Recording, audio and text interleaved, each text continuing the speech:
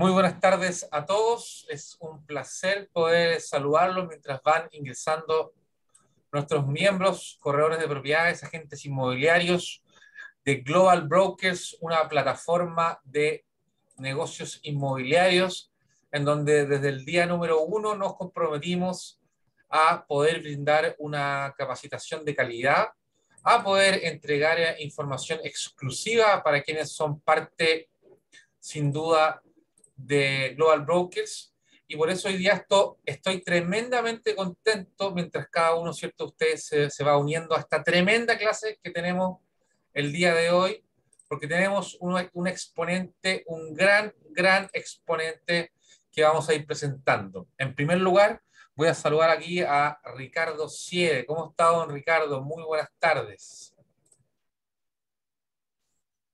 Bien, Salvador, ¿cómo estás tú? Bien, bien, muy contento de poder brindar estos cursos exclusivos para Te nuestros, dejé escuchar. ahí está, para nuestros participantes. ¿Me escuchas o no? ¿Me escucha? ¿Me Yo escuchan? sí, yo sí, yo No, sí te dejé escucho. escuchar. Yo sí Ya, escucho. perfecto. Entonces me dice que sí me escucha Gerardo y muy contento de que todos estén acá participando. Estamos ya grabando esta clase exclusiva. Cuéntame tú, Ricardo, ¿cómo está? ¿Cómo anda todo? Gracias, te decía que bien, súper bien. Y con ganas, con muchas ganas de participar en este webinar. A mí personalmente me interesa mucho el tema de los paños inmobiliarios. Estoy metido en esto hace un tiempo y Gerardo es un referente, profesor en varias universidades, toca este tema, él es ingeniero civil, entonces es ingeniero, entonces tiene muchas, es mucho cálculo metido, es muy importante eso de hacer las cosas como con sentido, no solamente no muy al lote, ¿cachai? Me Efectivamente. interesa mucho este webinar y creo que a todos nos va a servir mucho. Excelente, Ricardo, excelente, Ricardo. Te estaba adelantando, pero en este momento yo lo voy a presentar acá a nuestro expositor, don Gerardo Ureta Campos, quien durante 9 años ha desarrollado como profesor universitario de diferentes cursos relacionados con los proyectos inmobiliarios, el mercado de suelo y la valoración y tasación de bienes raíces, finanzas inmobiliarias y economía de la ciudad, que es un concepto tremendamente importante que él también nos va a explicar. El año 2014 fundó la empresa de servicios inmobiliarios e inteligencia territorial, mientras voy aquí a ir admitiendo a quienes se nos van sumando. Y en el ámbito, dicha empresa es economiaurbana.cl y presta asesoría, ¿cierto?, a organismos públicos, a empresas, personas. Y en el ámbito público, en el año 2016 a 2018 fue convocado por la Intendencia del Paraíso, hoy día, ¿cierto?, con el nombre de Gobernación, a participar como miembro de la Comisión de Infraestructura para la Movilidad Sustentable del Gran Valparaíso. Y estuvo a cargo de coordinar la propuesta de transporte de carga tributaria. Estoy muy contento y muy orgulloso como parte de Global Broker de presentar a Gerardo. Gerardo, te damos la más cordial bienvenida y agradeciendo tu presencia el día de hoy. Muchas gracias a ustedes por la invitación, Salvador, Ricardo. Para mí es muy interesante poder transmitir elementos que uno ve a diario en la universidad, que ve también en la práctica, y tratar de transmitírselos también a los corredores de propiedades que están muy interesados y muy animados también de saber más. Y eso es lo que me he dado cuenta el último tiempo, es que ya no se están quedando solamente con lo que aprendieron una vez, alguna vez, sino que hay una formación constante de parte de todos, y así que se agradece el estar hoy día aquí a esta hora participando de este webinar. Muy bienvenido, Gerardo. Aquí te comento que tenemos a corredores de propiedades de todo Chile, quienes se nos van sumando en este momento. Como les comentaba, la clase va a ser grabada exclusivamente para nuestros miembros de Global Brokers. Así que dejamos, estimado Ricardo, también a disposición tuya, Gerardo, para que puedas deslumbrar a toda la concurrencia.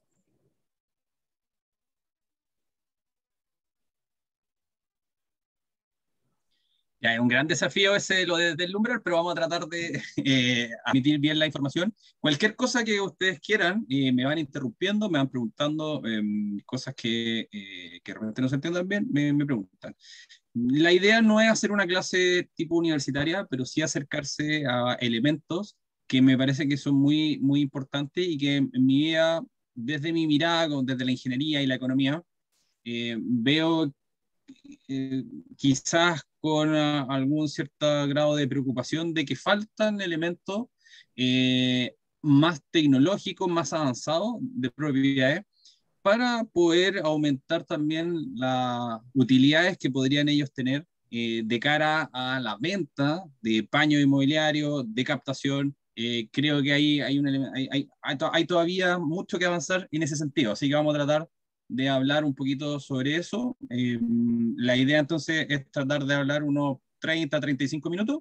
Luego de eso, preguntas, lo que ustedes quieran, pero también si se da la dinámica, que sería mucho mejor de que ustedes vayan preguntando entre medio, yo feliz de ir contestando todas sus preguntas. Entonces, ahí está mi correo electrónico, que es gerardo@economiaurbana.cl.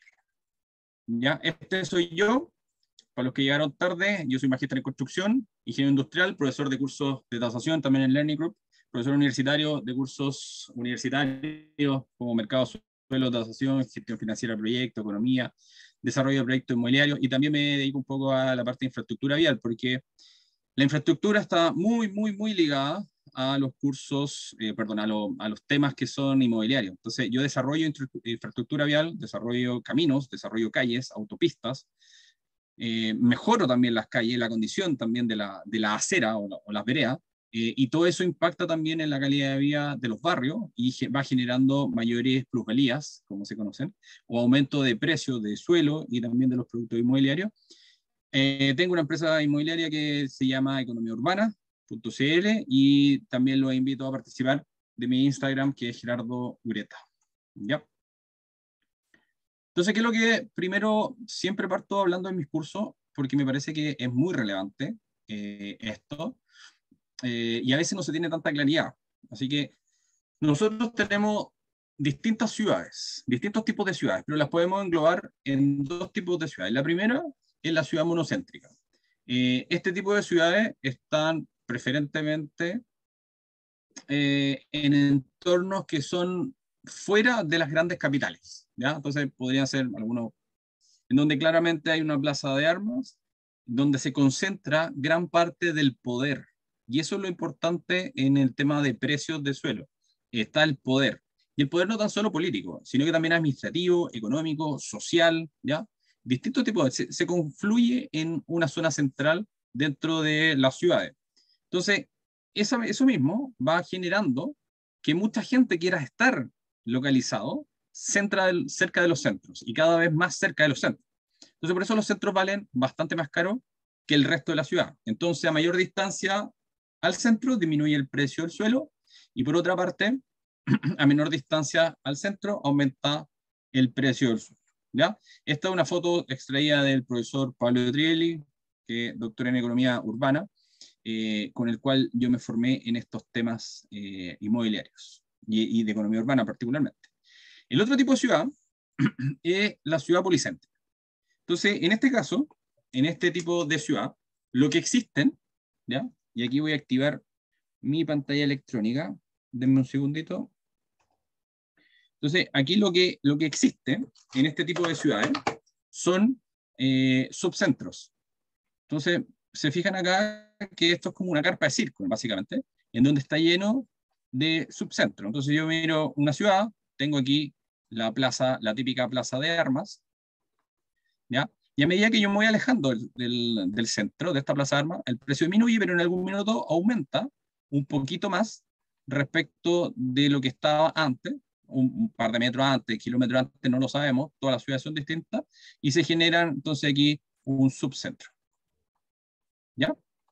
Y eso es importante. En nuestras ciudades, las grandes ciudades, no sé, Antofagasta, después La Serena, Coquimbo, Gran Valparaíso, Santiago, Concepción, ya Puerto Montt, Puerto Vara, son ciudades policéntricas, ¿ya? Que tienen múltiples centros y que eso va generando también un precio de suelo. Tenemos que recordar que los gringos estadounidenses dicen que el 70% del precio, ¿ya?, del suelo está dado por lo siguiente: location, location,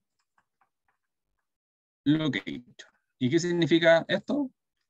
Localización, localización, localización. O sea, lo más importante para el precio del suelo es la localización, en dónde están ubicados. Eso es absolutamente clave. Entonces, el otro 30% que se da son las virtudes, son los atributos que tienen las propiedades, ¿ya? Sus distintas características. Entonces, a veces nosotros vemos propiedades que no están en muy buen estado en la construcción, pero el suelo es lo interesante, ¿ya? Y eso hay que tenerlo súper claro. Muchas veces las personas, y me imagino que ustedes lo saben mejor que yo, el dueño de la propiedad piensa que el valor de su casa, de su propiedad entera, el conjunto del terreno con la construcción, es todo uno y a veces desde el lado inmobiliario nosotros vemos que solamente nos importa el terreno.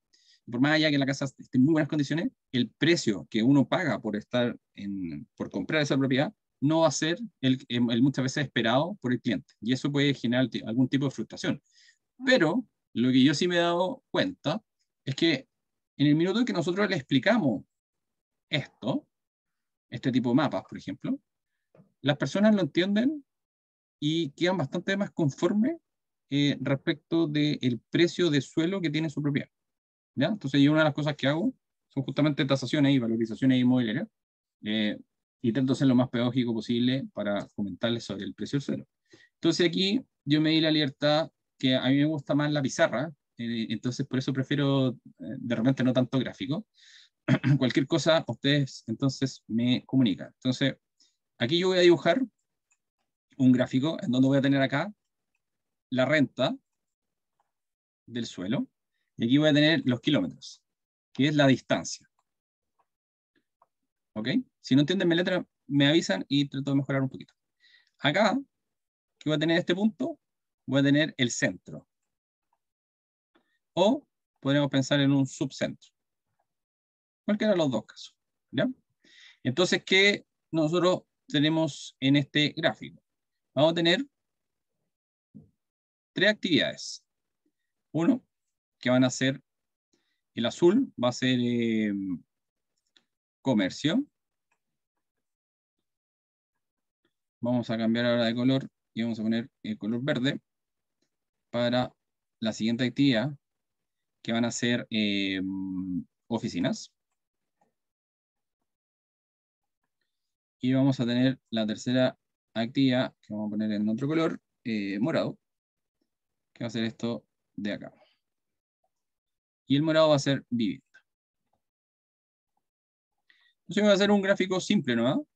Esto podría ser bastante más complicado, pero lo vamos a dejar en simple. ¿Qué significa esto? Que yo aquí tengo el precio de renta, cuánto vale en el fondo el suelo. Entonces esto lo vamos a poner por UF metro cuadrado, ¿ya? Y aquí tengo el kilómetro, las distancias que hay hacia el centro. Entonces, ¿qué pasa? A medida que me alejo del centro, ¿cierto? El precio por UF metro cuadrado disminuye. A medida que me acerco entonces al centro, el precio por UF metro cuadrado aumenta. ¿Ok? Entonces yo tengo actividades 1, 2, 3. Entonces acá yo tengo la primera actividad, 1, ¿ya? 1. Está dispuesta entonces, ¿ya? Está dispuesta a pagar todo esto para localizarse ¿dónde? Lo más cerca del centro. Entonces el comercio es el que paga más, porque quiere estar más cerca del centro, ¿ya?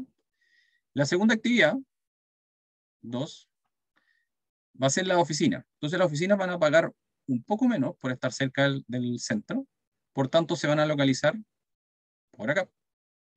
Y tenemos la tercera actividad, que van a pagar esto, o sea, bastante menos que el comercio y la oficina, por localizarse cerca del centro. Entonces van a estar acá.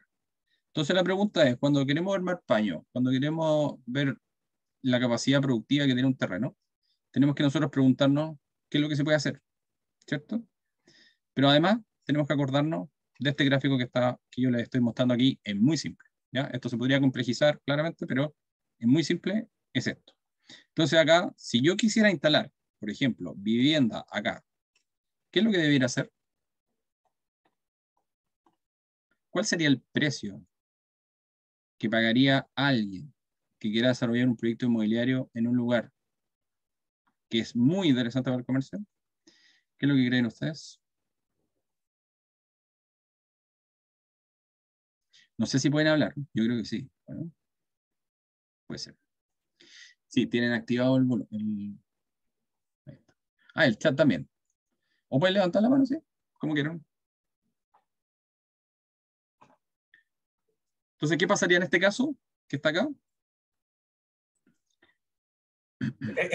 Ya van a entrar en confianza, Gerardo, pero repiten la pregunta, que van a estar aún más atentos y van a participar contigo. Si yo estoy, o sea, si el comercio está dispuesto a pagar mucho, perdón, si el comercio está dispuesto a pagar mucho por localizarse cerca del centro, ¿ya? ¿Qué pasa si yo desarrollo un proyecto inmobiliario que es de carácter vivienda en un lugar que es totalmente comercial? ¿Cuánto está dispuesto a pagar entonces alguien que se quiera localizar en un lugar comercial? ¿Estaría dispuesto a pagar más tal vez si está más alejado o en otro subcentro? O tal vez si hacemos un paño inmobiliario ahí, podemos ocupar, ¿cierto?, el primer y segundo piso como placa comercial y lo demás como habitacional, o como muchos otros edificios, placa comercial, ¿cierto?, primer y segundo piso. También, si el uso del suelo lo permite, construir oficinas y después construir vivienda, por ejemplo. No sé si nuestros participantes tienen alguna otra opinión. Claro, quedaría un edificio más o menos como el que dibujé, en donde el primer piso nosotros tenemos una placa comercial, un segundo piso de oficina y un tercer piso de vivienda. Entonces, esta gente que está acá, que se está localizando en uno, que quiere vivir en uno, en un lugar muy comercial y probablemente también de muchas oficinas, va a pagar muy caro, ¿cierto? Pero ¿qué cosas yo me estoy ahorrando acá? ¿Qué cosas yo me estoy ahorrando por vivir, por instalar vivienda en un lugar que es comercial? La locomoción, cercanía a Todo el servicios transporte. públicos. Imaginemos, veamos esto, porque también es muy interesante que nosotros, si nos dedicamos a los temas inmobiliarios, tenemos que leer de todo, tanto sociología como planificación urbana, economía, la normativa, la parte legal, etc. Los costos de transporte por segmento socioeconómico son decrecientes, perdón, son crecientes. A mayor ingreso, menor impacto tiene el costo del transporte. Y a menor, ¿cierto? A menor ingreso socioeconómico tiene mayor impacto el transporte, que puede llegar incluso al 60% del ingreso, que es bastante. Entonces, ¿qué se busca? Mucha gente a mayor ingreso socioeconómico, lo que buscan las personas es tratar de ahorrarse esa plata de transporte y que además va ligado a cosas que son cambios y estilos de vida que son probablemente distintos a lo que nosotros hoy día estamos viendo. Mucha gente sub 40 hoy día cada vez tiene menos hijos, cada vez le interesa estar menos en auto, pero tener un auto, pero no disfrutar tanto de él por la ciudad como si son las personas mayores de 40 años, que eso es lo que más o menos se ve a nivel mundial. Así que hay una dependencia menor y tratar de hacer más actividades fuera del hogar, de la vivienda, a diferencia de también los sobre 40 que realizan más actividades dentro de la casa. ¿Ya? Entonces, hoy día la vivienda es un lugar para ir prácticamente a dormir y guardar nuestras cosas. El resto de las actividades, muchas se realizan fuera. Entonces hay que entender este gráfico también en un contexto que es bastante dinámico y no estacionario, ¿cierto?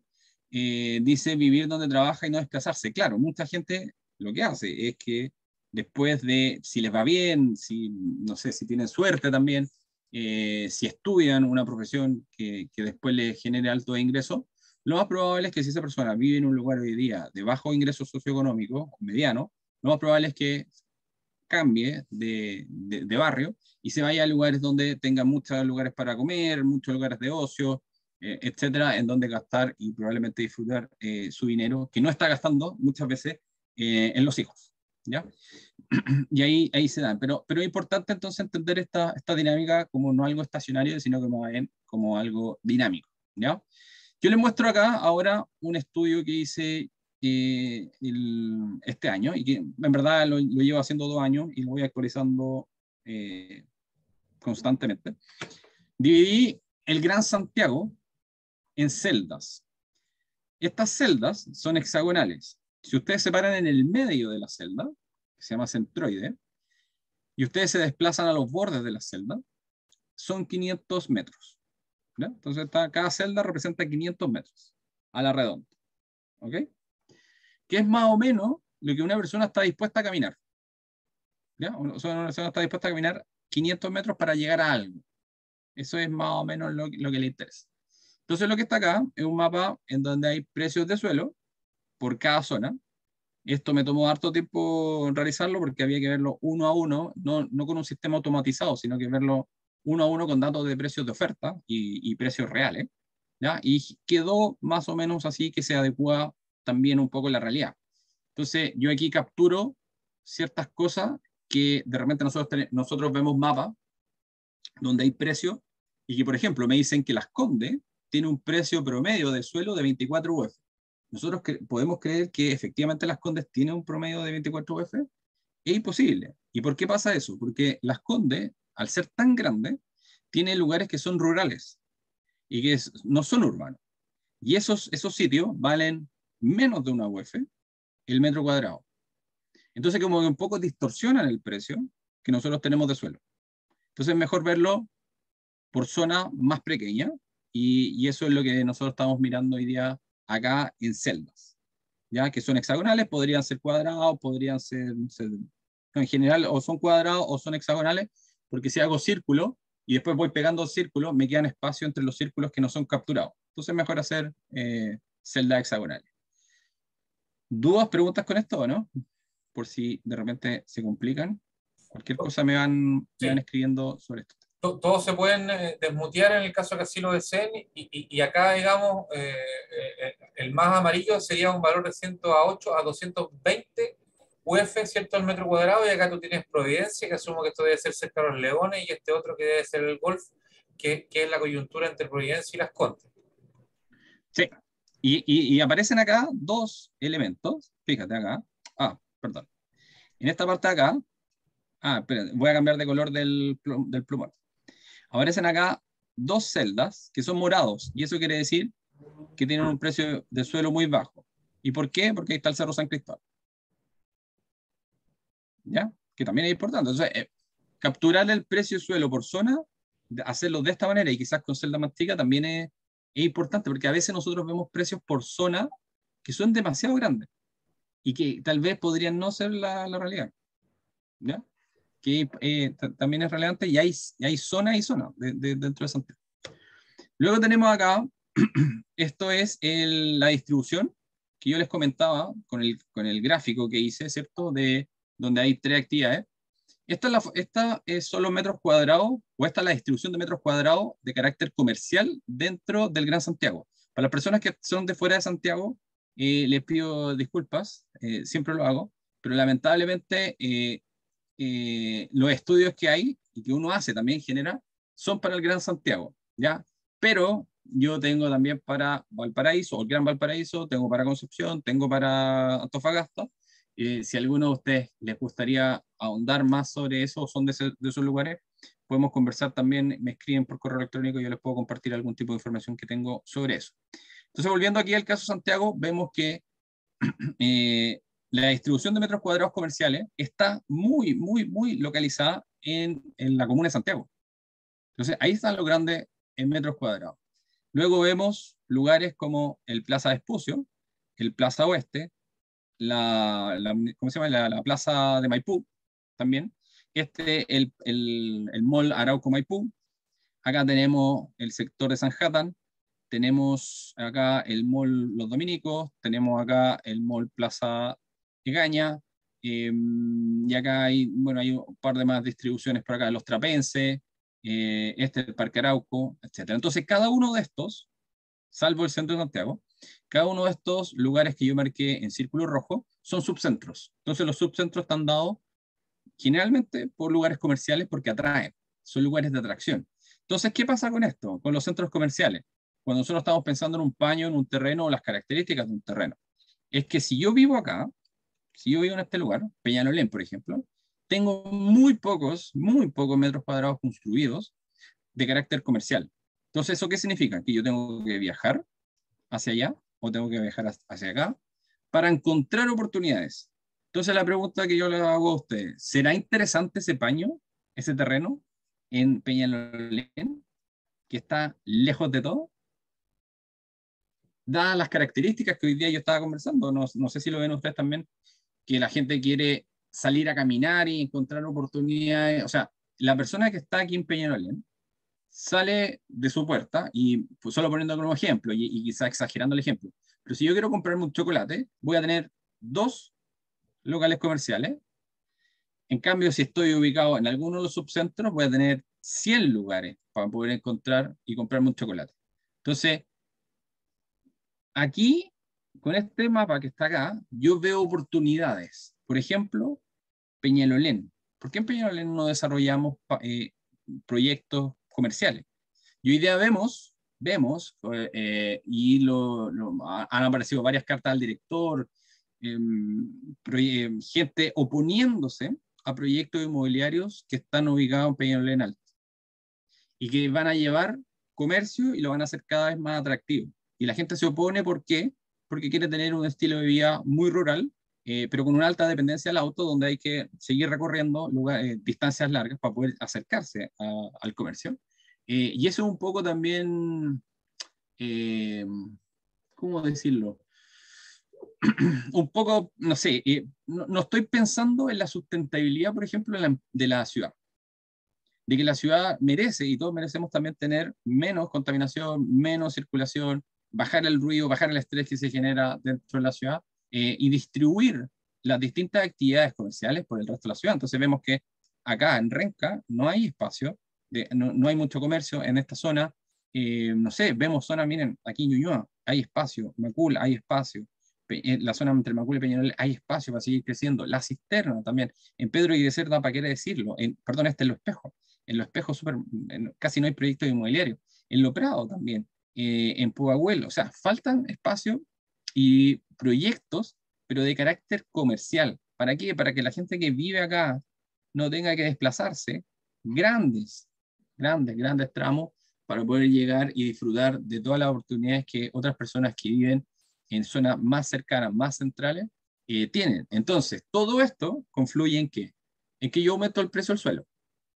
Y el precio del suelo se va haciendo cada vez más atractivo, justamente por la localización. Veamos otro, son 3 mapas para no aburrirlos mucho, pero este es el caso de las oficinas, que yo lo encuentro más dramático todavía. ¿Por qué? Porque esto nos muestra que la distribución espacial de metros cuadrados, ¿ya?, de oficinas están ubicados en la zona que yo pinté en rojo, entre Santiago, Providencia, un sector de Las Condes, Vitacura y Huechuraba, básicamente. En esto, y después nosotros podemos ver otros puntos en donde se distribuye, pero fíjense la magnitud de los metros cuadrados a diferencia de estos. O sea, la diferencia es desigual, o el combate es desigual. Entonces, fíjense de nuevo, Peñalolén, fíjense La Florida, La Pintana, Puente Alto, lugares que no tienen metros cuadrados de oficina. Peñalolén, yo lo encuentro dramático, porque está muy cerca de acá, pero esto obliga a desplazarse, y aquí las calles entre Peñalolén y La Reina son un desastre. Son muy malas las calles. Entonces las personas se demoran aproximadamente 1 hora, 1 hora y cuarto en poder llegar al lugar de trabajo. Nosotros deberíamos pensar en qué hacemos acá, por qué no desarrollamos proyectos inmobiliarios que sean de carácter oficina, cowork, por ejemplo. ¿Por qué no hacemos atractivos zonas que hoy día no están siendo atractivas? ¿Por qué nosotros no estamos mirando eso? ¿Por qué seguimos desarrollando viviendas solamente? ¿Por qué no hacemos, no sé, conjunto armónico? ¿Por qué no hacemos, no sé, hay hartas alternativas para poder desarrollar lugares? Pero esto, ¿con qué se hace? Se hace con datos. Y es importante tener los datos, y es importante la inteligencia territorial. Esas son las cosas que yo. Y lo último, veamos la distribución de los metros cuadrados habitacionales. ¿Dónde vive gran parte de la población en Santiago? En esta zona. Entonces, estos son los metros cuadrados construidos habitacionales, ¿ya? La zona donde hay más personas, más metros cuadrados construidos, es la zona que está en el metro de la Universidad Católica, hacia atrás, hasta la calle Santa Isabel, hasta Vicuña Maquena, y hasta San Isidro. Esa es la zona donde hay más metros cuadrados construidos. Entonces, si ustedes pasan por ahí, van a ver que van a ver muchos edificios en altura, hay bastante densidad, y todavía quedan paños para seguir construyendo vivienda en ese sector, pero yo creo que no deberían hacerse más vivienda en ese lugar, sino que más bien comercio y oficinas también, para distribuir un poquito y bajar la carga que hay en otros lugares. ¿Dudas, preguntas, comentarios con estos tres gráficos espaciales? Yo, Gerardo, aprovechando también, antes que nuestros miembros, digamos, puedan continuar aquí participando, ¿qué tan importante hoy día en Santiago principalmente, y yo creo que en las principales urbes de Chile lo más importante es la conectividad? Santiago, digamos, si tú me podrías mostrar la lámina anterior, en la lámina anterior yo creo que se plasma claramente, aquí vimos, ¿cierto? La línea 1 desde Estación Central, ¿cierto? Hasta pasado el Apumanque, y en la anterior, la que estábamos viendo en la primera, tal vez se marca con mayor presencia la misma transversalidad, ¿cierto? De la línea 1, de la línea 2, del norte, digamos, hacia el sur de Huechuraba, ¿cierto? Hasta San Ramón, La Cisterna, y también de la línea 5. ¿Qué influencia tiene hoy día, digamos? Claro, esto, lo antiguo,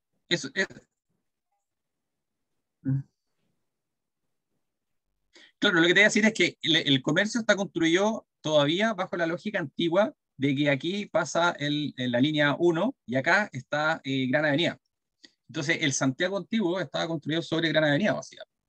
Y ese es un lugar que todo el mundo iba a comprar al sector de Mata, Gran Avenida, más o menos por esos lugares, y sigue estando. Lo que falta es que tratemos de desarrollar y busquemos cuán interesante podrían ser paños en otros lugares, ¿ya? Entonces hoy día me dicen, oye, ¿sabes que no hay paños para construir? Yo digo, mentira, está lleno de paños, miren, pero, ¿y esto con qué se ve? Se ve con datos. Aquí están los datos. ¿Dónde hay paños para construir? Oficina, comercio, etcétera, etcétera. Está lleno de lugares. Está lleno de lugares.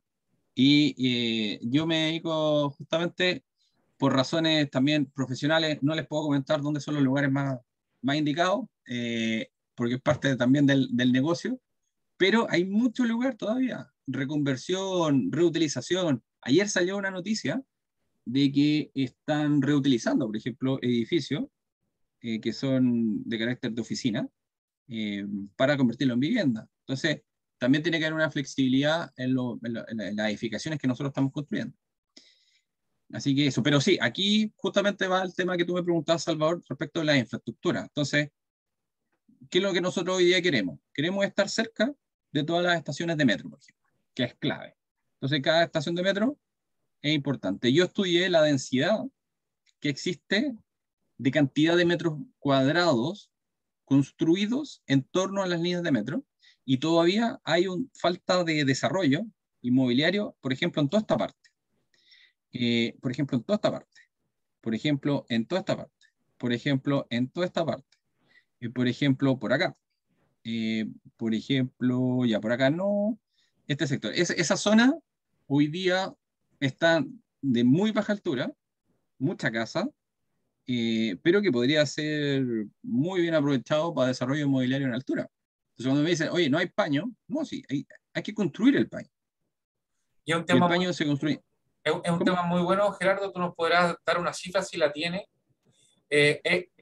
Como somos muy centralistas, ¿cierto? Vivimos en grandes ciudades, no nos percatamos que tal vez el 80% de los habitantes de Chile viven en casas, habitaciones y no en departamentos, ¿cierto? Hay 1.200.000, 1.600.000 personas que viven en edificios. ¿Eso es correcto? El dato que tengo yo es que el 75% de las últimas obras, claro, viven de los últimos, no sé, 10 años en desarrollo de vivienda en altura, y solo un 25 edificación. Entonces, después tener el dato exacto, ahí falla algo, que no tenemos el dato certero, y alguien que lo diga está equivocado, porque no hay todavía, nadie lo ha hecho, espero yo ser el primero, eso sí, porque estoy trabajando en eso, en diferenciar y en tener una estadística certera de quién vive en casa y quién vive en departamento. Eso no está. Eso es súper difícil tenerlo, porque cuando se hacen los censos, cuando se hacen la información que tiene la municipalidad, la información que tiene el impuesto interno, que está en el conservador, no siempre están conversando, entonces los números difieren bastante. Perfecto. Así como difieren el tamaño del terreno, por ejemplo. Si ustedes ven cuál es el tamaño del terreno, no sé, hoy día yo estaba viendo un terreno que está ubicado en el Eduardo Yáñez con Los Leones, y en impuesto interno está registrado que son 2.000 metros cuadrados y en la municipalidad 1.500. Entonces, ¿qué es lo que tenemos que hacer? Solamente un levantamiento topográfico para entender cuáles son efectivamente las dimensiones del terreno. Pero ahí hay un error de 25%, entonces es demasiado. Entonces, la conversación de datos es justamente lo que se está trabajando hoy día y espero poder contarte, Salvador, en un par de meses más, cuál es el dato exacto de las personas que viven en departamentos y Perfecto. vamos a tratar de hacer ese match ahí. Perdón, no había terminado. Tenemos entonces, aquí está el metro, está la autopista y acá en Santiago, por ejemplo, les muestro aquí un mapa en donde más rojo quiere decir que hay más personas por metro por paradero de micro o del Transantiago o de red, no sé cómo se llama hoy día. Entonces hay lugares que son muy rojos y quiere decir que hay pocos paraderos del Transantiago. ¿Qué dato me da o me entrega eso? Que es muy difícil, pues es muy difícil acceder probablemente a ese lugar porque hay pocos recorridos de micro, hay pocos paraderos, pocos lugares donde la gente tiene que esperar y probablemente hay una alta dependencia del automóvil. Entonces, en esa zona, entonces, si yo me quiero ir a vivir a ese lugar, probablemente tengo que, no sé, tomar ciertas precauciones de que el paradero micro más cercano podría estar muy lejos o que en mi zona va a haber muy pocos paraderos de micro. ¿Ya? Algo que me decía Ricardo, muy importante para ustedes es saber el tema del plan regulador, ¿ya? Más o menos yo creo que ustedes lo conocen, pero lo que hace es que dispone, y esta es la parte importante, que dispone de qué se va a hacer en el suelo, ¿ya? Cuál va a ser la estructura vial o la jerarquización vial, los límites urbanos, densidades y otras cosas más que son importantes para saber qué es lo que yo puedo generar o no en un terreno determinado. Es imposible saberse toda la normativa que existe en cualquier ciudad, ¿ya? Sobre todo en ciudades tan complejas como las grandes, como las capitales. Entonces aquí les muestro, como es el caso de Gran Santiago, que está lleno de normativas. Entonces saberse todas las normativas que están en todos estos colores es imposible. Son más de 10.000 tipos que hay en la región metropolitana. Entonces eso es imposible. Para saber entonces qué hacer frente a un determinado terreno, nosotros tenemos que saber ciertas normativas, ¿ya? Como la LGUC, la ley del mono, expropiaciones, la UGUC, normas chilenas, sobre todo esto es para la edificación, la ordenanza, que esta es la más importante, ¿ya? Que este es el plan regulador, generalmente más conocido como el plan regular comunal, y tenemos normas internacionales también que nos apoyan a la toma de decisiones, sobre todo para saber la valorización del terreno y cómo nosotros le damos valor a este terreno, que era lo que yo estaba conversando antes. Para saber específicamente las cosas que nosotros requerimos de un terreno, ¿ya? Y porque no podemos nosotros sabernos toda la normativa acá, lo que hacemos es pedir un certificado de informe express, ¿ya? Y esto es más conocido como un CIP, ¿ya? Así lo conoce casi todo el mundo. ¿Qué es lo que es esto? Un documento legal emitido por la DOM, ¿ya? Que tiene toda la normativa que se aplican a un determinado terreno. Entonces aquí tengo usos de suelo permitidos y prohibidos, superficies prediales, coeficiente de constructibilidad, ¿ya? Esto es básicamente, si yo tengo un terreno de 1.000 metros cuadrados y tengo una constructibilidad que es 4, quiere decir que lo multiplico 4 por 1.000 y yo inicialmente podría construir 4.000 metros cuadrados de un edificio, ¿ya? Pero no me puedo quedar ahí. ¿Y qué pasa? Que mientras yo le voy aplicando cada vez más normativas, esta cantidad de metros cuadrados, que son 4.000 inicial, podría llegar incluso a ser 3.000, 2.500, ¿ya? ¿Por qué? Tengo que aplicar también coeficiente de ocupación de suelo. O sea, tengo el terreno que son, por ejemplo, acá los 1.000 metros cuadrados de terreno, pero a veces yo puedo ocupar solo del terreno lo que yo pinté en rojo. ¿Ya? No puedo ocupar todo, que eso podría ser 0,6, por ejemplo. O sea, ocupo solo el 60% del terreno y de ahí puedo edificar hacia arriba. Hacia abajo puedo hacer lo que quiero. No está muy normado el subsuelo. Después tengo los adosamientos, cuánto yo me puedo pegar hacia el lado, los distanciamientos, alturas de máximos de edificación que están en metros o en pisos, los sistemas de agrupamiento que no sé, lo que uno conoce como fachadas continuas o que está aislado, no sé. Está la rasante, que yo lo tomo desde la calle, ¿cierto? Y lanzo, no sé, en grados, 70 grados, y eso también me va limitando la altura, porque yo podría tener un edificio, y si tengo la rasante que es así, quiere decir que me corta todo lo que yo estoy pintando en rojo, y eso no lo puedo edificar. Entonces a veces quedan edificios un poco raros. A lo mejor ustedes conocen ahí los lustrines, que son los clásicos edificios que están por Providencia, Ñuñoa, Las Condes, y también en Concepción. Ahí también me tocó ver harto en Valparaíso, Viña, también hay lustrines, que quedaron con una forma arriba bastante rara. Y lo otro son las densidades, ¿ya? Que es la cantidad de personas o viviendas que hay por hectárea. ¿Ya? Y esto es básicamente lo que se hace. Con toda esa información, entonces yo hago un estudio de cavidad. ¿Quiénes debieran ser nuestros mejores amigos desde el mundo del corretaje? Además de un muy buen abogado como Salvador McClure, deben ser un arquitecto, ¿ya? Clave. Un arquitecto, un constructor que sepa de hacer estudios de cavidad. Es clave. ¿Por qué? Porque hay veces que la gente dice, oye, ese terreno está súper bueno, pero aplican cierta cantidad de normativa que es muy limitada. Y la idea es aplicar toda la normativa. O sea, tanto la normativa que ustedes ven en el SIP, que es la que yo les mostré acá, como también esto que está aquí, sombras, ¿ya? Y otros datos más, y otras normativas más que se aplican a un terreno. Entonces, esto no es tan fácil como decir, yo tengo un terreno 1000 metros cuadrados, constructibilidad 4, ya puedo construir 4000 metros cuadrados, entonces con eso saco un valor de UF por metro cuadrado desde un paño.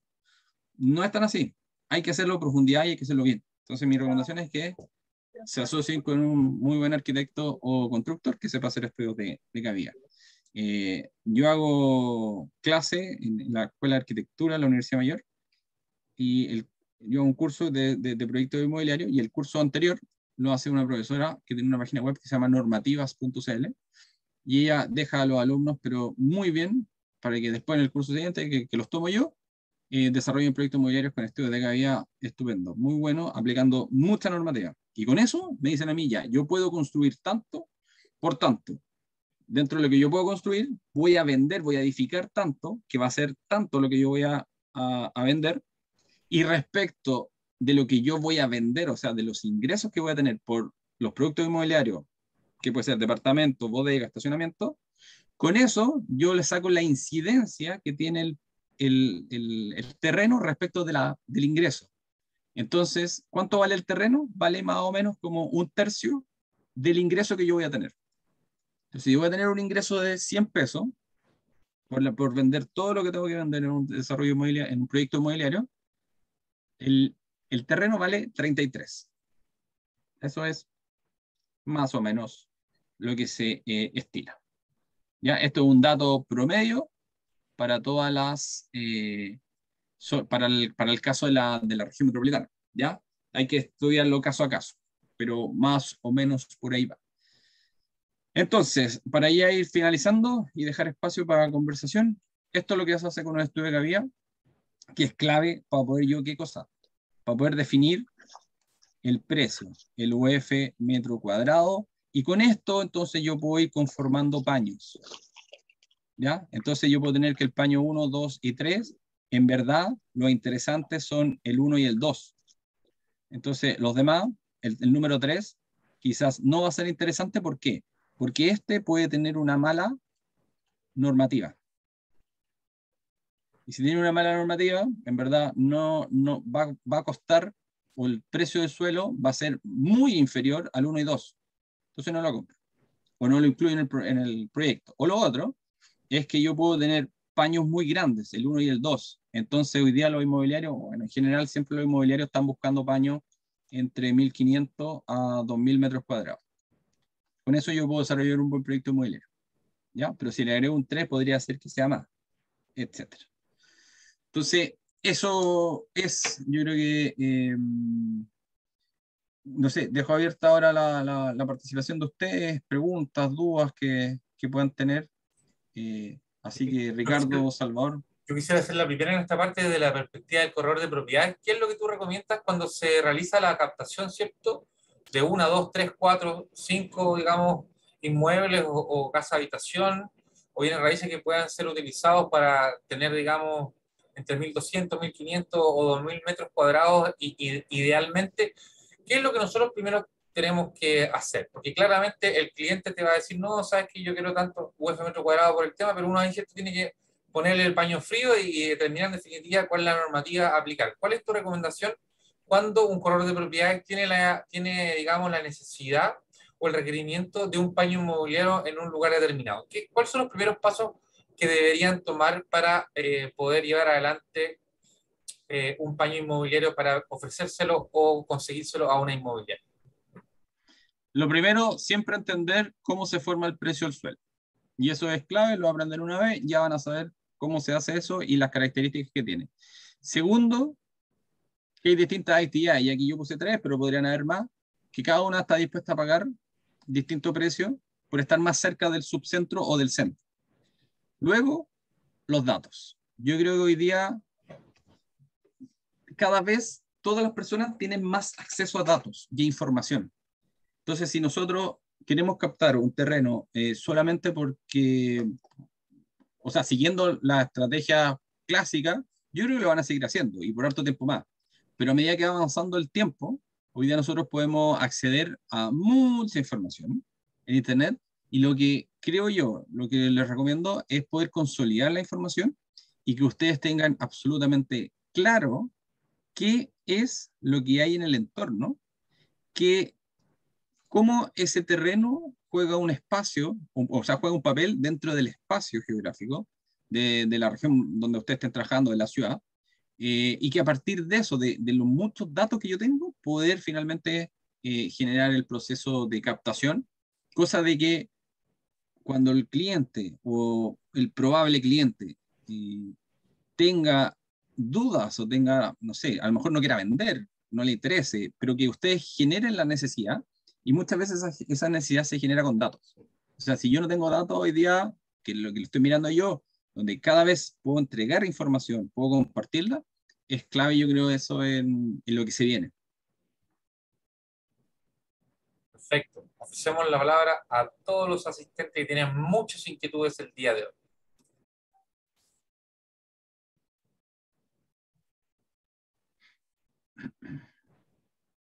Hola, ¿me escuchás, Salvador?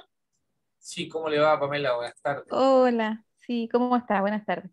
Muy bien. Quería hacer una consulta con respecto a que, qué tan atractivo es para una inmobiliaria un paño grande de varias hectáreas, pero con coeficiente de constructibilidad del 0,1, por ejemplo.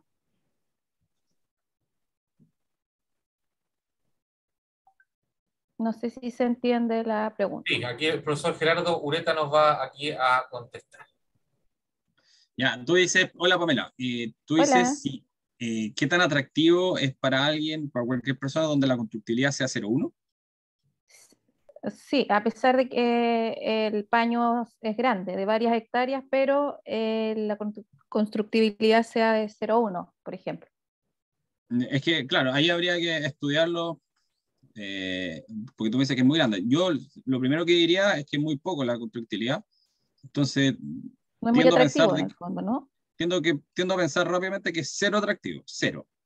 Mm, Pero, a ver, aquí hay cosas también que uno debería estar pensando con los datos. Pregunta, ¿ese terreno podría ser eventualmente atractivo en 5 años más? Por ahí cerca va a pasar o se está pensando en construir algo. Por ejemplo, te muestro acá en el caso de la región metropolitana. Acá se está pensando hacer por esta zona de acá arriba, ¿ya? Por esta zona de acá arriba de Lampa, no sé, pues Agüel por aquí, se está pensando hacer una autopista. Entonces, hoy día tiene la normativa súper mala, pero a lo mejor es muy bueno comprar hoy día un paño para desarrollarlo en 5 años más. Entonces, en esos casos, por ejemplo, hay que estudiarlo terreno a terreno. A lo mejor el terreno es muy grande y sea muy bueno subdividirlo. Hay que estar informado de algo que también es re interesante, que es el Pladeco. ¿Lo conoce o no? ¿Alguien lo ha escuchado? Plan de desarrollo comunal. Que el plan de desarrollo comunal, que es clave, porque en el fondo aquí se van dando las directrices de qué es lo que quieren las personas para la comuna y qué es lo que quiere eh, y qué quiere la gente para el desarrollo de su ciudad, de su, no sé, comuna, para los próximos años.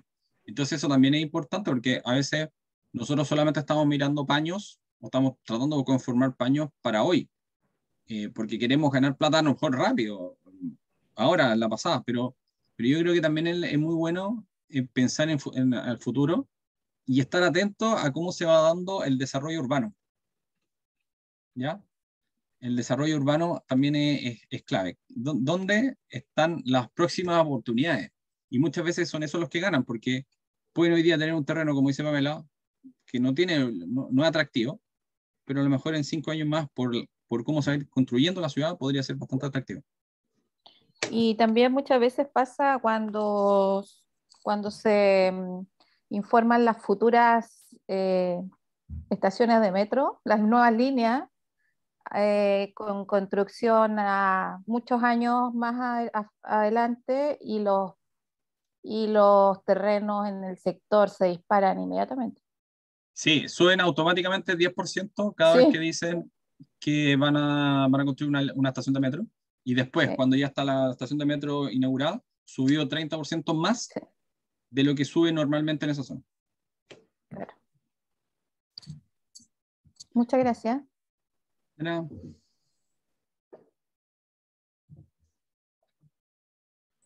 Gerardo, yo sé que está un poquito apretado de tiempo, pero te quería pedir un favor. ¿Tú crees que tú nos puedes mostrar un zip en la pantalla para ir leyéndolo, para que podamos entender qué significa cada una de las partes del zip? ¿Sí? Te voy a responder SIP. A ver, dame un segundo. Gracias. Y a lo mejor también rápido, si podéis contarnos cómo se lee o qué significa cada parte del rol de una propiedad. Ya, el rol de una propiedad, la primera parte es la manzana y la primera parte es la manzana y la segunda parte del predio. Entonces, voy a mostrar acá. Voy a compartir. Aquí está, copia. Esto. Entonces, ya, aquí tenemos un certificado de informe previo que es de Conchalí. En esta parte de acá está, bueno, la identificación, el número de certificado, que es un terreno urbano, claramente. Hay otros casos que aparece aquí expansión urbana, por si acaso, como Colina. Colina aparece una tercera alternativa que dice expansión urbana. ¿Y qué significa? Después, ¿cómo? ¿Y qué significa eso? Expansión urbana, que es un lugar que se está expandiendo para llegar a ser zona urbana en algún momento. ¿Ya? Aquí está. Extensión urbana. Bueno, aquí puede ser expansión o extensión. Aquí está. ¿Ya? Pero en otros casos lo ponen arriba. Aquí está entonces la normativa. Y ojo acá, porque los SIP son bien curiosos. En muchos casos hay bastante información, pero no, hay municipalidades que ponen nada de información y ponen Veruguk, Veruguk, Veruguk. Entonces, muchas veces eso uno no lo alcanza a capturar y a entender qué en definitiva uno tiene que hacer en el lugar. Entonces, a veces los SIP no son muy representativos de lo que en verdad, cuál es el potencial que tiene un terreno y hay que investigar un poco más. Por eso es importante la asesoría de un arquitecto. Yo conozco muy bien a los arquitectos, hace muchos años que le hago clase, y amigos que también son arquitectos, y a ellos no les gusta mucho, a lo mejor aquí hay algún arquitecto presente, pero no les gusta mucho el negocio, pero sí están capacitados para apoyarnos en el negocio. Entonces, mi recomendación es que se apoyen con ellos para que puedan entender más cosas. Acá está entonces todos los usos de suelos permitidos, como les comenté, que es una de las cosas que tiene el SIP. Están los usos prohibidos, están las normativas, ¿ya? Entonces aquí, por ejemplo, dice que la superficie predial mínima es 300. Pongamos en el caso de que nosotros tenemos un terreno de 500 metros cuadrados. Pregunta, ¿lo podemos dividir o subdividir? Por regla general, no. No podemos, porque si tenemos 500 metros cuadrados de un terreno y me dicen que en ese lugar solo puedo subdividir con una subdivisión predial mínima de 300. Si yo divido, voy a dejar uno de 300, cumple, pero el otro lo voy a dejar de 200. Entonces, total, no puedo subdividir ese terreno. Después tengo altura máxima, que aquí está en metros, como les conté, pero además en piso. Entonces, aquí juega también un rol clave el arquitecto y el ingeniero civil que quiere desarrollar un proyecto inmobiliario para ajustar bien la cantidad de pisos que se van a realizar. Las alturas mínimas son 2,35 m o 2,30 m entre losa y losa, y cada losa tiene un espesor mínimo de 15 centímetros. Entonces, mucha gente va jugando con eso, muchos desarrolladores van jugando también con esos temas. Pero ahí también pasa que viene la calidad del departamento que se va a realizar. Entonces, bueno, en fin. Acá está el coeficiente de constructibilidad. Eso quiere decir que este factor, el 2,8, yo lo multiplico por el tamaño del terreno. ¿Ya? Después está la ocupación de suelo, que me dice 0,60, o sea, el 60% del terreno lo puedo ocupar para desarrollar, y después dice 40%, o sea que en este terreno voy a poder ocupar mucho abajo, pero hacia arriba voy a poder ocupar menos, a partir del tercer piso en adelante.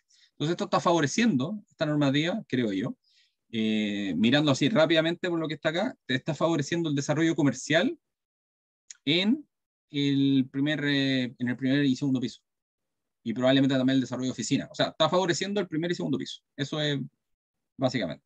Y el segundo piso, hasta el tercer piso hacia arriba, probablemente lo está diciendo que quiero desarrollar vivienda.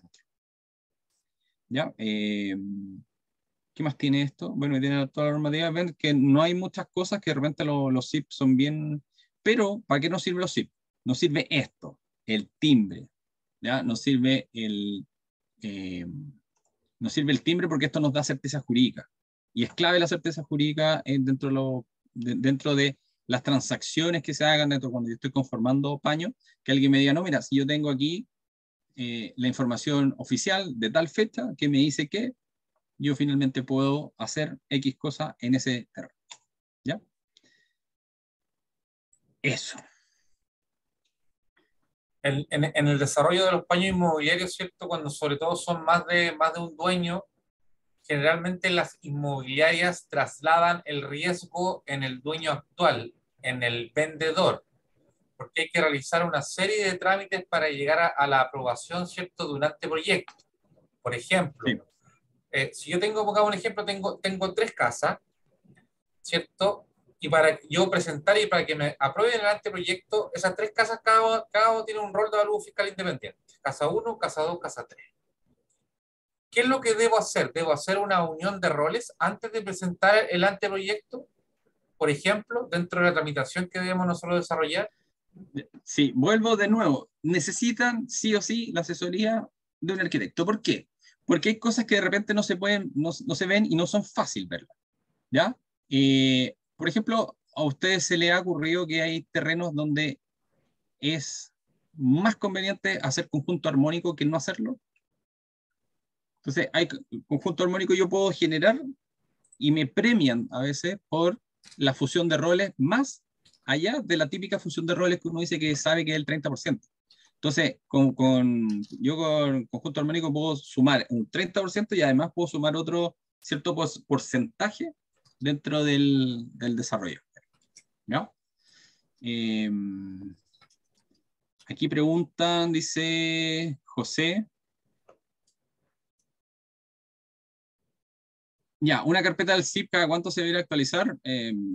Claro, cada vez que cambie el plan regulador comunal, pero también el plan regulador intercomunal, si lo hubiera, el plan regulador regional también, o el PRMS 100. Entonces, cada vez que cambie la normativa en cualquiera de sus escalas, incluso si cambia un seccional. Y nosotros tenemos seccional, plan regular comunal, plan regulador intercomunal, plan regulador regional. Entonces, cada vez que cambia alguno de ellos, nosotros deberíamos estar actualizando un SIP. Así que eso. Loreto, levanta la manita. Hoy me quedan 2 minutos y debo salir corriendo a otra actividad. Así que eso. Loreto. Hola, ¿cómo están? Bien, ¿y tú? Bien, gracias. Saliendo de una visita, me perdí casi todo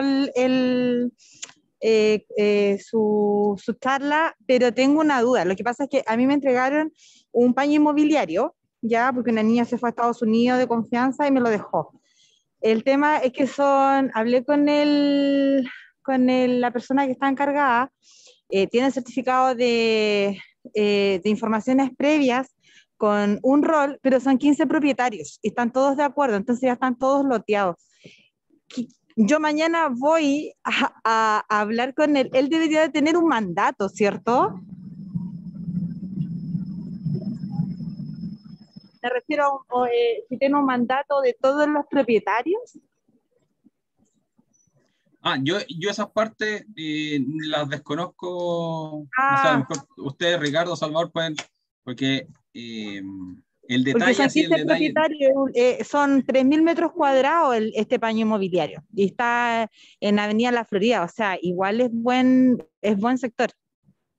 Sí, En yo creo que Vicuña ahí Maquena. Ricardo Salvador los puede ayudar. Dice aquí, claro, porque sí, porque ese tema muy, sí, eso yo no lo veo.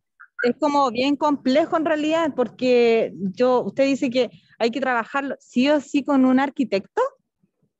Mi recomendación es que te tienes que apoyar con un arquitecto que sepa de normativas, porque las normativas que ustedes ven, como por Ya. ejemplo SIP, es una parte, pero por ejemplo, está No, lleno de otra normativa, como no sé, gestión de riesgo, por ejemplo. Hay normativas Claro, que hay lugares. ¿Mm? yo trabajo con constructores civiles y ¿Sí? ingenieros arquitectos. Yo soy ingeniera en prevención de riesgo, Claro. pero paño inmobiliario no me ha tocado ver ningún proyecto hasta ahora, entonces Uh-huh. no sé si eso se lo podré consultar después al profesor, si sabe en qué enfocarme, porque igual es un tema, es bien complejo en realidad. Sí, yo le diría Sí, si quiere. a Gerardo y las últimas dos preguntas, con mucho gusto se las puedo contestar antes de finalizar, agradeciendo a Gerardo, digamos, que hizo tiempo en su apretada agenda y lo vamos a volver a invitar y vamos a conversar también, Gerardo. Muy agradecido de acompañarnos hoy día, esta clase acá es grabada, así que vamos a poder también revisarla con mayor detenimiento. Así que te mandamos un gran abrazo y estamos muy agradecidos. Muchas gracias a todos ustedes. Cualquier cosa, escríbame y feliz de poder contestarles. Me quedan 2 semanas de full clases universitarias, pero después ya tenemos vacaciones en la universidad, así que podemos conversar cuando quieran. Así que eso. Estoy tratando de enseñar los temas inmobiliarios donde me pidan, donde voy. Así que feliz de compartir lo que sé con ustedes. Un gran abrazo a todos y pórtense bien. Que algo que digo siempre es alumno universitario. Nos vemos. Chao. Chao, profesor. Muchas gracias. Chao. Que le vaya muy bien. Ahí se nos fue nuestro muy didáctico. Muchas gracias. Excelente para que todos los que estuvieron. Hay dos preguntas. La primera, como vimos en parte en el curso corretaje y también en el curso de venta de predio rústico, hay una prohibición de cambio de uso de suelo cuando se subdivide o lotea o se vende un bien agrícola. Es decir, si usted tiene, por ejemplo, un paño de 10 hectáreas y lo va a subdividir en 5 lotes de 2 hectáreas más la zona, ¿cierto?, de urbanización, al momento de lotear o subdividir ese predio, usted tiene que colocarle una cláusula en la escritura pública de compraventa en donde se obliga a no cambiar el uso de suelo, como en primer término. Segundo, es mucho más restrictivo solicitar un cambio de uso de suelo de un agrícola a urbano que dentro de la zona urbana a las diferentes posibilidades que me permite el plan regulador dentro de esa zona. ¿Qué le quiero decir con esto? Que la zona que es agrícola debiera permanecer siendo agrícola, salvo excepciones, como por ejemplo cuando el fisco adquiere un terreno con la intención de construir una nueva población para vivienda social. Esa podría ser una excepción que se cambia, ¿cierto?, de predio agrícola a un destino habitacional. Por su parte, si usted tiene un predio agrícola, por ejemplo, en Avenida La Campana sin número en la región de Valparaíso, en Olmué, y usted tiene un predio agrícola que da, ¿cierto?, a esa avenida o a ese camino en Olmué, en ese sector, la municipalidad podría autorizarla a usted, ¿cierto?, para que construya un local comercial, pero no por eso el resto del predio va a cambiar su uso de suelo. Entonces, lo que les quiero decir es que la regla general cuando el uso de suelo, digamos, o más bien la zonificación agrícola o los predios agrícolas, no cambian por regla general su uso de suelo agrícola, porque la intención del legislador es cuidar sobre todo aquellos terrenos o territorios que tienen esa aptitud para la agricultura, para la ganadería y para la forestación. Y por eso está en boga también, como vimos en el curso de venta parcial de predios rústicos, hay múltiples proyectos de ley que tienden a aumentar la subdivisión predial mínima. ¿Qué significa esto? Que hoy día usted puede dividir por regla general en 0,5 hectáreas, dice el decreto ley, 5.000 metros cuadrados, pero hoy día hay voces que quieren llevar a eso a 10.000 metros, a 20.000 metros o a 30.000 metros. Y aun cuando usted divida en los lotes, ¿cierto?, en 5.000 metros, aún así el proyecto puede ser rechazado por el Servicio Agrícola Ganadero, puede ser rechazado por el CEREMI y puede ser, digamos, rechazado por la Dirección de Obras Municipales. Por eso es ilegal y antiético que se vendan parcelas o terrenos en blanco o en verde en predios rústicos o que sean predios rústicos. ¿Por qué? Porque si yo le estoy ofreciendo a usted venderle 5.000 metros y firma una promesa de compraventa sobre un proyecto que todavía no ha sido aprobado, ese proyecto en el futuro puede que lo rechacen. Entonces puede ser una defraudación civil, una defraudación podría ser penal, y en definitiva usted nunca va a llegar a ser dueño de nada y también puede perder su dinero o el dinero de sus clientes. Eso con respecto al tema de esa pregunta, y me dice cuál es el porcentaje que sube un inmueble cuando le cambiamos el uso agrícola a urbano. El uso de suelo agrícola puede ser modificado cuando se modifican los instrumentos de planificación territorial. Si se modifica el plan regulador comunal, intercomunal o metropolitano, a medida, ¿cierto?, que la ciudad va creciendo, ¿cierto? Porque, como ustedes saben, las ciudades en Chile tienen el sistema español, el plan Damero, tienen la plaza de armas, el poder civil, el poder religioso, la cárcel, existía en toda su época, y ahí iba creciendo en forma cuadrangular, ¿cierto? Nuestro territorio, por lo tanto, tenemos un centro y siempre nos hemos ido expandiendo. Entonces, hay zonas de extensión urbana, como decía el profesor, y esas zonas de extensión urbana después se transforman en zona urbana, pero solamente por un cambio en el plan regulador o en el instrumento de planificación territorial podría cambiar un suelo agrícola por regla general y pasar a ser urbano. ¿Y cuánto cambia? Depende del sector y depende de lo que se puede hacer en el inmueble. Dentro de la valoración de los inmuebles, lo más relevante, como vimos al principio de esta clase, es la ubicación, y en segundo término, lo más importante es qué puedo yo desarrollar en ese bien inmueble. Como decía Loreto, ella tiene un predio que tiene constructibilidad de 0,1. Significa que si el predio tiene 10.000 metros cuadrados, ella solamente va a poder construir 1.000 metros cuadrados, y los otros 9.000 metros cuadrados, digamos, no va a poder ella construir. Por lo tanto, eso es importante. Entonces, y lo último que nos dicen acá es, en promedio, cuánto sube el valor de una propiedad al venderla a una inmobiliaria versus venderla como habitacional.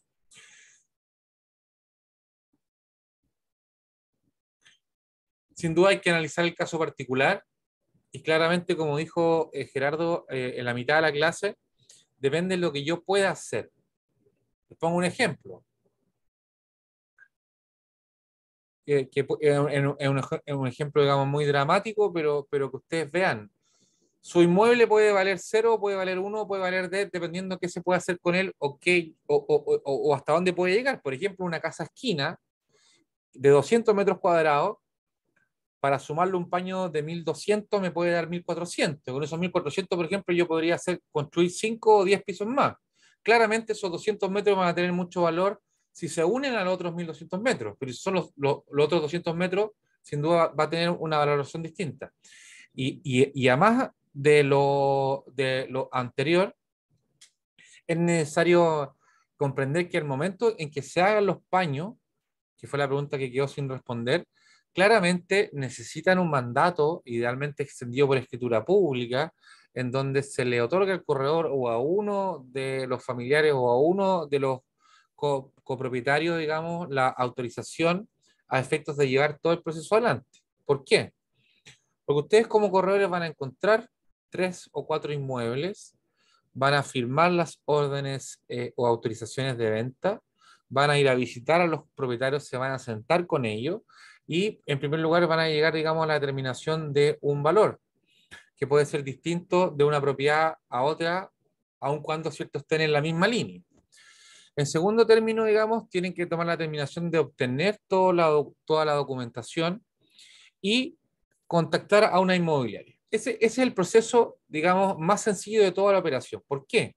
Porque las inmobiliarias hoy día están jugando o están dándole el riesgo a los dueños. Me explico. Se encuentra un paño, 2.000 metros cuadrados. Se solicita toda la documentación y la inmobiliaria realiza el estudio de títulos, siendo tan rigurosos, por ejemplo, a determinar si esa plancheta o esa cuadra tiene o no tiene algún tipo de plano o en planimetría. Y si no existe, le exigen de que usted como vendedor vaya donde el vecino, le golpee la puerta y él le firme un plano para poder inscribirlo al conservador de bienes raíces. Porque los planos, cuando tienen cierto bienes raíces colindantes, yo no puedo decir de que mi propiedad llega hasta ahí, sino que mi vecino tiene que estar de acuerdo a decir de que mi propiedad llega hasta ahí. Y eso tiene que firmarse y también tiene que inscribirse en el conservador de bienes raíces. ¿Y por qué esto lo piden los equipos jurídicos de la inmobiliaria? Porque son antecedentes para ir preparando el anteproyecto. Entonces, ¿qué hace la inmobiliaria? Firma la promesa de compra-venta, establece un plazo y establece una condición. Y generalmente la condición es que los títulos de dominio estén ajustados a derecho y sobre todo que se apruebe un anteproyecto de la Dirección de Obras Municipales. Es decir, la inmobiliaria no compra el predio o el bien raíz hasta que no tenga la certeza de que va a poder desarrollar ahí un proyecto. Y entre que se firma la compraventa hasta que se aprueba el anteproyecto pueden pasar 6 meses, 1 año, 2 años, 3 años. Y para llegar a ese anteproyecto hay que hacer primero hay que hacer un levantamiento topográfico. Dependiendo de la zona en la ciudad que se encuentre, hay que ver si estamos o no en una zona de riesgo. Aquí, por ejemplo, estamos con una prevencionista de riesgo. Hay que determinar, por ejemplo, si esa zona es factible o no de inundación. Si está cerca de un estero, de una entrada de mar, de un río, de un lago y de otros riesgos asociados. Y así se van sumando una serie, ¿cierto?, de complejidades técnicas que el que asume el riesgo es el que está prometiendo vender. Y solamente cuando la inmobiliaria sabe que tiene un anteproyecto o aprobado ante la municipalidad que corresponda, ahí ellos van a firmar la compraventa. Por eso, y esto más que asustarlo, es que nos invita a seguir conociendo, es que cuando el cliente diga, no, mira, al frente construyeron, ¿cierto?, un edificio de 20 pisos, aquí también van a poder construirlo, no lo sabemos. Por lo tanto, para determinar el valor de precio al momento que ustedes captan un inmueble, como bien decía Gerardo, es ideal que tengan un arquitecto que tenga conocimiento de las normas de esa comuna en particular y un abogado que también tenga conocimiento de la tramitación y de las normas en ese proceso. Porque es muy raro que una inmobiliaria encuentre, ¿cierto?, 2.000 metros cuadrados y los compre de inmediato.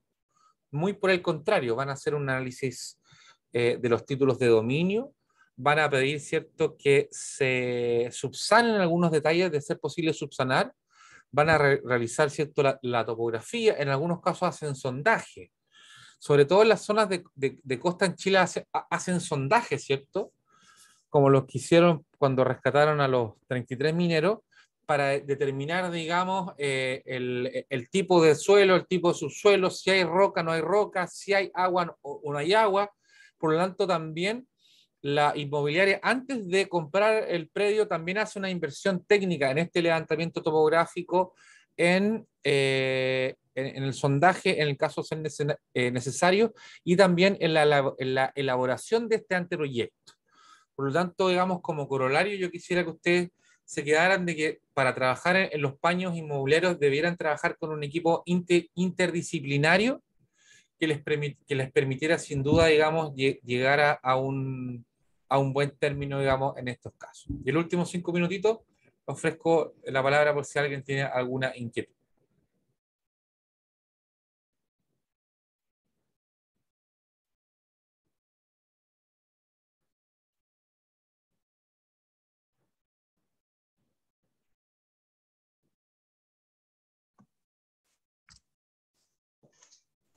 Se desmutió Mónica. Sí, una consulta. Buenas tardes, Mónica. Buenas tardes, profesor. Consulta, mire, yo tengo un local comercial que arriendo y administro, y hace mucho tiempo, hace 3 años ya, y siempre le estoy diciendo a los dueños que cambien de habitacional a comercial, el uso. Y no lo han hecho. ¿El corredor tiene alguna responsabilidad? El corredor tendría alguna responsabilidad si al momento de arrendar ese local comercial usted dijo que el destino o el uso del suelo era comercial. Porque claramente, como usted bien sabe, Mónica, las municipalidades no van a otorgar una patente comercial en un inmueble que tiene destino habitacional. Lo que hacen generalmente es dar una patente provisoria de 6 meses, en algunos casos la amplían otros 6 meses y después pueden ordenar incluso la clausura de ese local comercial. Por lo tanto, como ustedes saben, lo ideal es antes de poder arrendar lugar comercial, es poder hacer el cambio de uso de suelo para que esa persona no tenga inconveniente, como también cerciorarse si tiene ese inmueble la recepción definitiva de las obras y cumple con la normativa para que no tenga ningún inconveniente al momento de tener, digamos, la patente comercial. Claro, este tiene la recepción final. Este local chico que se ocupa como centro de capacitación tiene la recepción final. Pero tiene la recepción final de un permiso de edificación o de obra habitacional y no comercial. Claro, sí, habitacional y no comercial. Y se está ocupando como capacitación. ¿Qué es lo que se hace? Echa la ley, echa la trampa. ¿Qué es lo que se hace, por ejemplo, en los predios rústicos, en donde el porcentaje de constructibilidad máxima, si no me equivoco, es de un 10%? Es decir, si yo tengo 5.000 metros cuadrados, lo que más puedo construir en esa parcela son 500 metros cuadrados en 2 viviendas. Entonces lo que hacen la denominada casa patronal por la costumbre y la casa del peón, ¿cierto? De la persona que trabajaba por agua y techo antiguamente, antes de la primera reforma agraria. Entonces lo que hacen, por ejemplo, una lavandería de 100 metros cuadrados. Entonces va al inspector municipal y ve que hay una lavandería de 100 metros cuadrados. El inspector municipal hace la recepción y después le colocan cama y lo habilitan, ¿cierto?, como una segunda vivienda dentro de ese mismo predio. Por eso le digo, una cosa es que tengan la recepción, pero en su caso va a ser habitacional, y la recomendación, ¿cierto?, sin duda, Mónica, es que puedan hacer la tramitación. Porque, ¿qué es lo que pasa, Mónica? ¿Qué pasa si ese local, que ese inmueble que se usa como local comercial, el uso de suelo en ese sector de la ciudad no está permitido como comercial? Nunca va a poder hacer el cambio de uso de suelo. Claro, no, aquí sí, porque está en el centro. Por eso, pero aun cuando estén en el centro, pueden haber, por ejemplo, determinadas actividades que se encuentren prohibidas. No, sí. Por eso es No, importante, en el CIP ¿cierto? aparece que sí. Claro, pero como ustedes saben, aparte del CIP, tienen que sacar el certificado de factibilidad en la dirección de obra. Se saca el CIP y saca el certificado de factibilidad para ver si eso que usted quiera ubicar efectivamente va a poder ser. Y con eso Claro, todo... claro, y en el caso que ya los dueños no quieran hacer el cambio, mejor dejarlo, porque está poca plata también, por 30.000 pesos. Mejor dejar el cambio. O sea, todo suma, pero el tema de el que... riesgo... claro, correcto. El riesgo es mayor a la retribución, por lo tanto yo concuerdo con usted, Mónica. Así que ahí converse con ellos, tire la oreja suavemente y de ahí nos cuenta. Gracias. Con mucho gusto. Ofrecemos una última inquietud. Diría que está muy participativo. Antonella, usted levantó el dedo índice. Buenas tardes, Antonella. Hola, ¿cómo están? Buenas tardes. Muy bien, gracias. Mire, ahora que la estaba escuchando a Mónica, me entró una duda porque yo tengo un terreno en Olmué que me lo dio una señora que lo compró en el año 1900, no sé cuánto, 58, algo así. Bueno, pasó el tiempo, nunca lo habitó, nada, y tiene 1.300 metros cuadrados. El tema es que ella, cuando venía de Santiago a Olmué, nunca hizo nada. Entonces, se falleció su marido, y ahí es el tema. Entonces, la persona que la asesoró en ese momento la hizo pasar en B como terreno habitacional, porque está dentro de donde haya casas que hay, no hay cabañas, son casas normales con luz, agua, gato. Ella lo pasó como bodega, le hicieron hacer, la asesoraron así. Entonces ahora, claro, cuando yo lo estoy publicando, obviamente coloco eso porque si no puedo tener problemas, porque es prácticamente, es bodega a nivel de papeles y todo, pero yo lo veo como un terreno para construir, como habitacional. Estoy complicada porque ella me dice, ucha, es que en el año mil y tanto nunca hice nada y qué sé yo. Y ahora yo voy a tener que dedicarme, sí, rigurosamente a consultar en qué estoy, porque Pero no. usted tiene los antecedentes que conversamos el día de hoy. ¿Usted ha solicitado la documentación de la propiedad de la dirección de obra? Sí, tengo ¿Y el qué conservador destino, y qué destino tiene aprobado? de bodega. O sea, la recepción definitiva de las obras la recepcionó como bodega. Eh, Ya, perfecto. Entonces, pero usted, usted piense que tal vez puede ser una oportunidad, ¿no? ¿Cierto? mm, Alguien que puede estar buscando bodega o realizar el plan regulador y certificado de factibilidad si es que de ese destino de bodega puede ser pasar a destino comercial claro. o Me lo dijeron, habitacional, ¿me entiende, no? me lo dijeron que sí, que se puede pasar a habitación. Entonces usted tiene que publicarlo. Yo le recomendaría que usted lo publicara, que esa propiedad cuenta con recepción definitiva de bodegas, lo que puede ser un plus para alguien que tenga visión de negocio, ¿cierto? Ya, Puede colocarle abajo, consultar factibilidad para cambio de destino o uso de suelo habitacional comercial. Si eso usted tiene la documentación actualizada, por lo tanto, sí. en vez de ser un problema, esto puede ser, digamos, una oportunidad. ¿Y qué valor tiene ese predio de 1.200 metros cuadrados? El valor tiene, mira, ella me puso un precio, 96 millones. Ya. ¿Y está en zona urbana? Sí, zona urbana, En Olmué. en Olmué. Perfecto. Y está bien ubicado, muy bien Perfecto, ubicado. Antonella. Le decíamos que siga vendiendo y la felicitamos por su primera venta. Ay, gracias, sí. En eso Ah, estoy. eso. Muy bien. Sí. Así que Y gracias a la plataforma de Global, yo lo eso. voy siempre a decir porque fue así, Me bueno. alegro mucho y espero también que estén sacando pantallazo y foto también lo estén publicando. Querida Antonella, gracias por participar, gracias a todos los que están acá presentes. Los saludo con mucho afecto y le voy a dejar acá el cierre a nuestro distinguido miembro de los Brokers, don Ricardo Cie. Un gran abrazo a todos, queridos Mm, colegas, amigos. mu- Muchas gracias a todos por participar. Yo creo que nos quedaron, por lo menos a mí me quedaron varias dudas. Me hubiera gustado que Gerardo estuviera más tiempo, pero nos da pie para hacer una nueva clase, ¿cierto? Un nuevo webinar de aquí a un par de semanas más cuando él esté más tranquilo. Vamos a publicitar todos los temas. Les pedimos también que a través del WhatsApp oficial de Global puedan mandarnos los temas que les gustaría seguir tratando para otros webinars o para este mismo, la segunda parte de los paños inmobiliarios. De nuevo, muchas gracias por estar. Qué rico, Antonella, que te fue bien. Te felicito. Esperamos que en Global Brokers todos puedan hacer muchos negocios. Para eso fue creada la plataforma. Vamos a seguir en mejora continua para que sea una herramienta mejor cada vez para ustedes. Eso, muchas gracias por estar. Estamos en contacto a través de todas las redes, la plataforma y nuestro grupo de WhatsApp. Súper, muchas gracias. Tengan buena noche. Nos vemos. Chao. Chao. Chao, Gracias. cuídense, Muchas gusto verlo a gracias todos. acá de Que esté bien. Coyhaique. Chao. Chao, gracias. Chao, que les vaya muy bien.